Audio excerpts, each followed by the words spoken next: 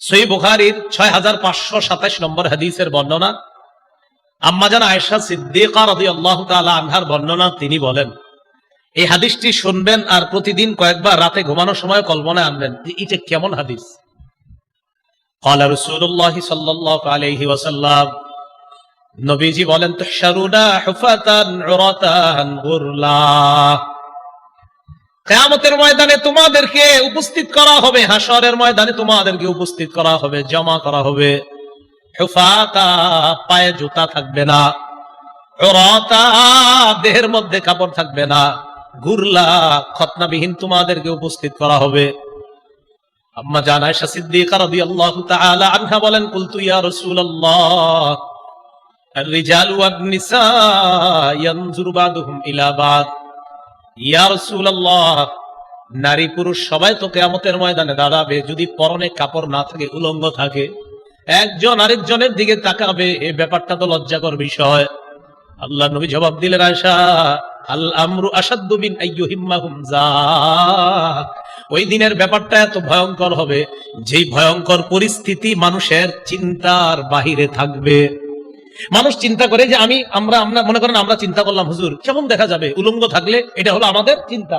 নবীজি কয়, না না, তোমাদের চিন্তারও বাহিরে থাকবে এমন ভয়াবহ পরিস্থিতি হবে। মানে এত ভয়ঙ্কর পরিস্থিতি হবে যে তোমরা তো এখন চিন্তা করতেছো একজন আরেকজনের দিকে কিভাবে তাকাবো, আরে সেদিন তো পেরেশানির কারণে পাশের জন কি উলঙ্গ আছে কিনা এটা দেখার সময় পাবা না।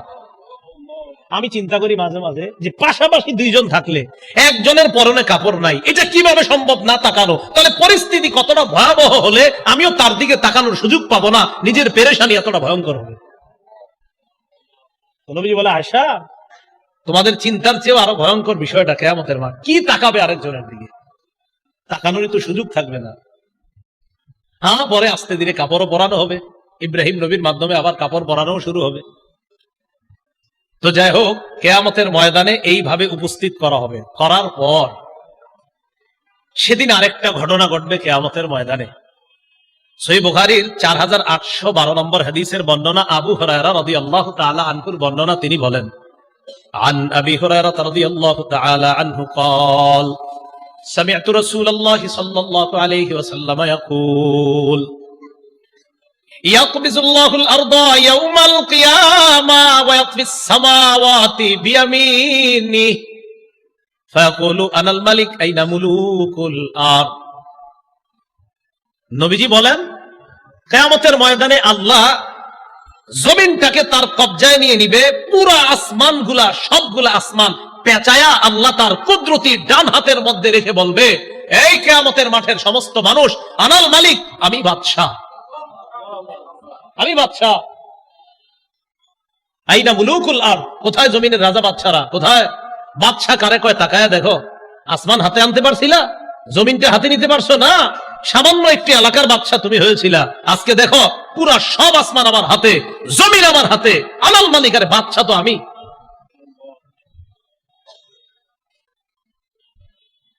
আর কি অবস্থা হবে জাহান্নামীদের কিয়ামতের মাঠে? এখনো জাহান্নামে যায় নাই, কিয়ামতের মাঠে। সহিহ বুখারীর 6532 নম্বর হাদিসের বর্ণনা, ক্বালা রাসূলুল্লাহ সাল্লাল্লাহু আলাইহি ওয়াসাল্লাম, ইয়ারাকুন নাসু ইয়াউমাল কিয়ামা হাত্তা ইয়াযহাবা আরাকুহুম 70 যিরাআ। কিয়ামতের ময়দানে একদল মানুষের ঘাম এত পরিমাণ হবে, ঘামগুলা তাদের শরীর থেকে পড়ার পর 70 গজ পর্যন্ত ছড়িয়ে যাবে ঘাম। কয় গজ? কয় গজ? হ্যাঁ, 70 গজ হওয়ার পর ওয়ায়ুলজিমুহুম ইলজামা, বুখারীর বর্ণনা ইলজামা নাই, অন্য বর্ণনা ইলজামা আছে, বুখারীতে আছে ওয়ায়ুলজিমুহুম হাত্তা ইয়াবলুগা আযানাহুম।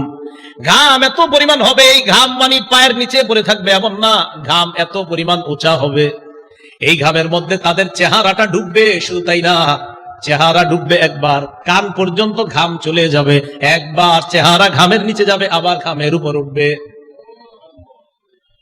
এইভাবে কিয়ামতের মাঠটা কায়েম হবে।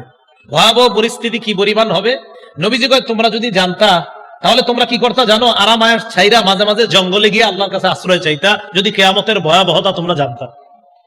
তিরমিজি শরীফের 2312 নম্বর হাদিসের বর্ণনা, এই হাদিসের মধ্যে আসছে, রাসূলুল্লাহ সাল্লাল্লাহু আলাইহি সাল্লাম বলেন, লাউ তা'লামুনা মা আ'লাম, পুরো বিষয়টা ইন্নী আরা মা লা তারাউনা, তোমরা যা দেখো না আমি তা দেখি, ওয়া আসমাউ মা লা তাসমাউনা, তোমরা যা শোনো না আমি তা শুনি। মনটা মন দিয়ে শোনেন, তোমরা যা দেখো না আমি তা দেখি, তোমরা যা শোনো না আমি তা শুনি। আবু যর গিফারি রাদিয়াল্লাহু তাআলা আনহু বর্ণনা। এরপর নবীজি বলেন, শোনো, আত্তাতিস সামা ওয়া হুক্কালাহা আন তাইত্তা, আকাশ কটকট আওয়াজ করতেছে, আকাশ কটকট আওয়াজ করতেছে, আসমানের জন্য এটা শোভা পায়, এটা তার হক আছে এইভাবে কটকট আওয়াজ করা। হ্যাঁ, এটা আমি শুনি, তোমরা শোনো না, এটা ও কটকট করতেছে। জানো তোমরা, মা ফিহা মাউদিউ আরবা'i আসাবি'a ইল্লা ওয়া মালাকুন ওয়াদি'ুন জাবহাতাহু ফিস সামা সাজিদান লিল্লাহ। নবীজি বলেন, আসমানের মধ্যে এমন 4 আঙ্গুল পরিমাণও ফাঁকা জায়গা নাই যে জায়গার মধ্যে একজন ফেরেশতা তার মাথাটা ঝুঁকায় আল্লাহর দরবারে সিজদা করে না। আসমানের মধ্যে 4 আঙ্গুল পরিমাণও ফাঁকা পাবে না, প্রত্যেকটা জায়গায় ফেরেশতার সিজদা পাইবা। ফেরেশতা সিজদা করে, আসমান কটকট আওয়াজ করে, এটা তার জন্য শোভা পায়, সে করে এই আওয়াজটা। এরপরে কি কয় নবীজি দেখেন, লাউ তা'লামুনা মা আ'লামু, আমি যা জানি তোমরা যদি তা জানতে, লাদহিকতুম কালিলা ওয়া লাবাকাইতুম কাসীরা, তাহলে তোমরা কম হাসতে আর বেশি বেশি কান্না করতা। এরপর আল্লাহ নবী বলেন, ওয়া তালাদ্দাতুম বিন-নিসাই আলা ফুরুশিকুন্না ওয়া লা খুরুজতুম ইলা সুদাতি তাজআরুনা ইলাল্লাহ, আমি যা জানি তোমরা যদি তা জানতে, তোমরা তোমাদের আরাম আয়েশের বিছানাগুলা ছেড়ে বিবিদেরকে মাঝে মাঝে রাইখা জঙ্গলের মধ্যে চইলা যাইতা আল্লাহর কাছে আশ্রয় নেওয়ার জন্য, আর তোমরা বলতা লাওয়াদিত্তু আন আকুনা শাজারাতান তু'দাদু, মনে মনে বলতা, হায় আমি যদি গাছ হয়ে যেতাম যে গাছটা কেটে ফেলা হতো, আমি যদি গাছ হয়ে যেতাম যে গাছটা কেটে ফেলা হতো। তাহলে চিন্তা করেন পেরেশানি কি পরিমাণ। নবীজি কয়, তোমরা যদি জানতা আমি যা জানি, মাঝে মাঝে জঙ্গলে গিয়ে কি বলতা জানো, হায় আল্লাহ তোমার আশ্রয় চাই, তোমার কাছে বানা চাই, আমি যদি গাছ হয়ে যেতাম যে গাছটাকে কেটে ফেলে এটাকে লাকড়ি বানায়া মানুষ জ্বালায় ফেলতো বা শেষ হয়ে যেত, আমার আর কোনো হিসাব নিকাশ করার প্রয়োজন হইতো না। মাঝে মাঝে এরকম আফসোস হইতো, এরকম তোমরা করতা যদি তোমরা জানতা আমি যা জানি, এটা যদি তোমরা জানতা। কিয়ামতের ভয়াবহতা থেকে আল্লাহ হেফাজত করে আমাদেরকে যেন আরশের ছায়াতলে আল্লাহ মায়া করে জায়গা করে দেয়।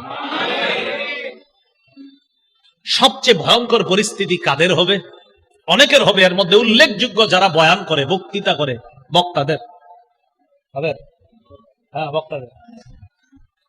বুখারী মুসলিমের এক যুগে বর্ণনা হাদিস, عن أسامة بن زيد رضي الله تعالى عنه قال قال رسول الله صلى الله عليه وسلم, উসামা রাদিয়াল্লাহু তাআলা আনহুর বর্ণনা, আল্লাহ নবী সাল্লাল্লাহু আলাইহি ওয়াসাল্লাম বলেন, ইউজাউ বির-রাজুলি ইয়াউমাল কিয়ামা ফায়ুলকা ফিন-নার, এক ব্যক্তিকে কিয়ামতের ময়দানে আনা হবে, আনার পর তাকে জাহান্নামের মধ্যে নিক্ষেপ করা হবে। জাহান্নামের মধ্যে নিক্ষেপ করার পর তাকে দেখেন, ফাতানদালিকু আকতাবু বাতনিহি, জাহান্নামের আগুনের মধ্যে যাওয়ার পর তার পেটের নারী বুড়িগুলা বের হয়ে যাবে। নারী বুড়িগুলা বের হওয়ার পর ইয়াদুরু হাওলাহা কামা ইয়াদুরুল হিমার বিররাহা, ওই ব্যক্তি নারী বুড়িগুলার চারপাশে ঘুরতে থাকবে যেইভাবে গাধা তার চাক্কির পাশে ঘুরতে থাকে। ফায়াজতামিউ ইলাইহি আহলুন নার, অন্যান্য জাহান্নামীরা তার কাছে আসবে। জাহান্নামীরা কি শান্তিতে আছে? অন্যরা এর সান্ত্বনা দিতে আসবে, মানে অন্য জাহান্নামীরা তো শান্তিতে নাই, তো এরা অবাক হয়ে যাবে, ঘটনা কি, এর অবস্থা কা। তাহলে ব্যাপারটা বুঝেন, অন্য জাহান্নামীরা এরে দেখতে আসবে যে ঘটনা কি, এর অবস্থা কা।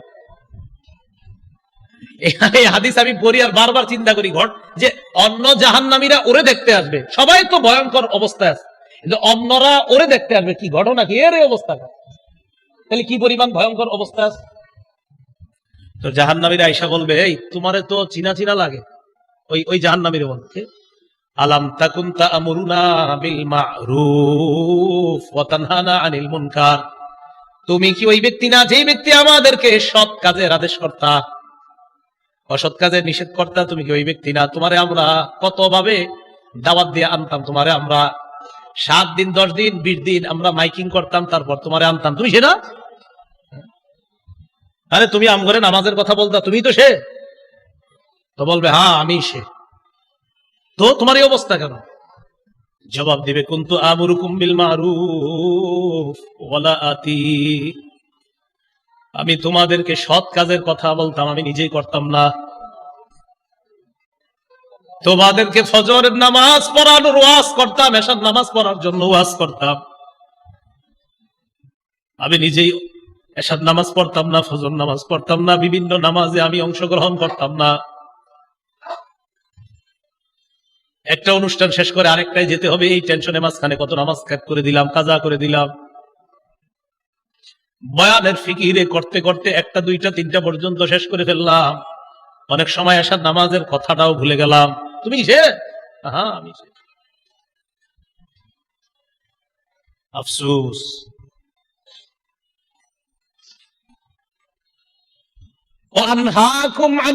আমি তোমাদেরকে অসৎ কাজ থেকে নিষেধ করতাম, আমি নিজেই অসৎ কাজ করতাম। আমি তোমাদেরকে বলতাম অশ্লীল সিনেমা দেখবা না, অশ্লীল কোন কিছু করবা না, আমি নিজেই অশ্লীল কাম করতাম। তো এই কারণে আমার এই পরিস্থিতি। আল্লাহ হেফাজত করেন। যারা সৎ কাজের আদেশ, অসৎ কাজের নিষেধ, আমি সহ সবাই যারা দাওয়াতের কাজ, খুব সতর্ক।